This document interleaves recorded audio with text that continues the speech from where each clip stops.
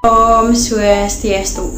Assalamualaikum warahmatullahi wabarakatuh. Salam Namo Buddhaya, salam sejahtera dan salam harmoni.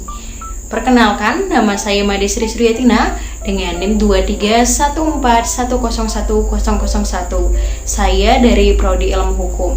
Nah, di sini saya akan membawakan materi terkait dengan eksistensi bahasa Indonesia di kalangan kaum milenial dan Gen Z. Nah, sebelum itu kita harus tahu dulu nih deskripsi atau penjabaran dari apa sih itu Gen Z dan kaum milenial. Nah, kaum milenial ini adalah orang-orang yang lahir itu kisaran tahun 1981 sampai 1996. Dan untuk Gen Z sendiri itu lahir dari tahun 1997 sampai dengan tahun 2012. Nah, dan seiring dengan perkembangan zaman yang begitu pesat, tentu membuat banyak kaum milenial ataupun Gen Z ini menjadi sedikit individualis.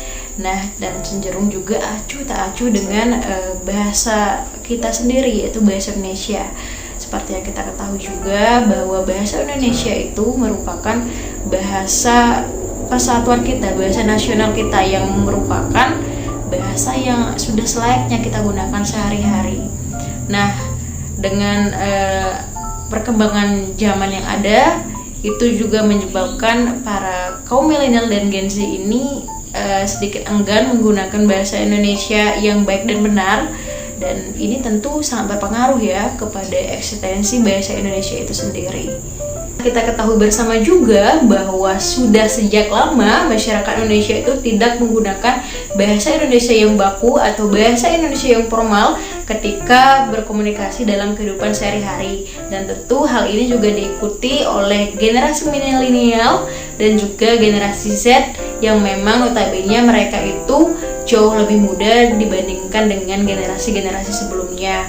Nah, hal ini itu tentu menjadi sebuah ancaman ya bagi eksistensi bahasa Indonesia. Namun dalam penggunaan hal-hal formal atau situasi-situasi formal, bahasa Indonesia yang baku itu masih digunakan, misalnya dalam karya penulisan, misalnya dalam presentasi, kemudian hal-hal lain yang memang mengharuskan menggunakan bahasa Indonesia yang formal dan bahasa Indonesia yang baku. Harus kita akui pula bahwa tidak hanya zaman saja yang berkembang, namun bahasa juga.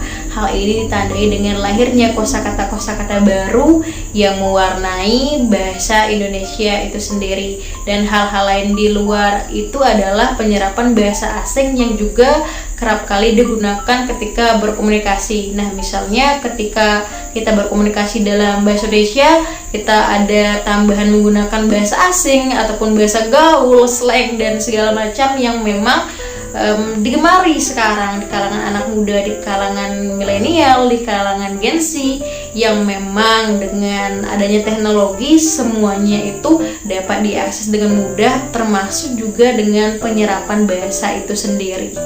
Nah, hal inilah yang menjadi ancaman bagi eksistensi dari bahasa Indonesia.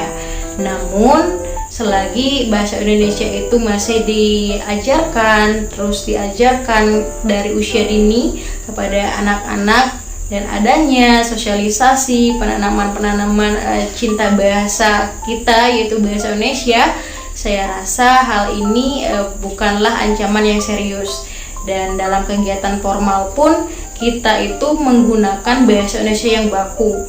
Dapat diartikan bahwa ada dua kondisi, di mana kita menggunakan bahasa Indonesia yang baku dan di mana kita itu menggunakan bahasa yang sifatnya tidak baku atau informal ketika berkomunikasi dalam kehidupan kita sehari-hari. Nah, misalnya ketika bermedia sosial ataupun berkomunikasi dengan teman, rasanya kita sebagai generasi muda ini tidak dapat dipungkiri bahwa suka sekali berselancar di media sosial ataupun media-media lainnya yang bersifat networking.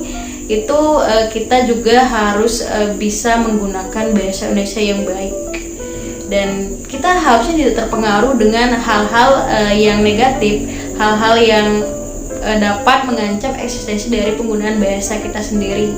Dan disinilah peran kita semua, baik dari kalangan anak muda, kemudian orang tua, kaum pendidik, dan segala aspek masyarakat itu untuk saling bergandengan tangan ya, melestarikan dan mengajarkan bahasa Indonesia ini yang baik, menggunakannya dengan baik, dan tahu kaidah kebahasaan yang benar. Seperti yang kita ketahui juga bahwa era digital ini selain membawa dampak-dampak positif, pasti membawa dampak negatif juga yang beriringan. Nah, karena mungkin sering terjadi atau sering ada hal-hal yang negatif ini, itu juga dapat mengancam eksistensi dari penggunaan bahasa Indonesia. Dan inilah yang harus kita awasi sehingga eksistensi dari bahasa Indonesia itu tidak terancam.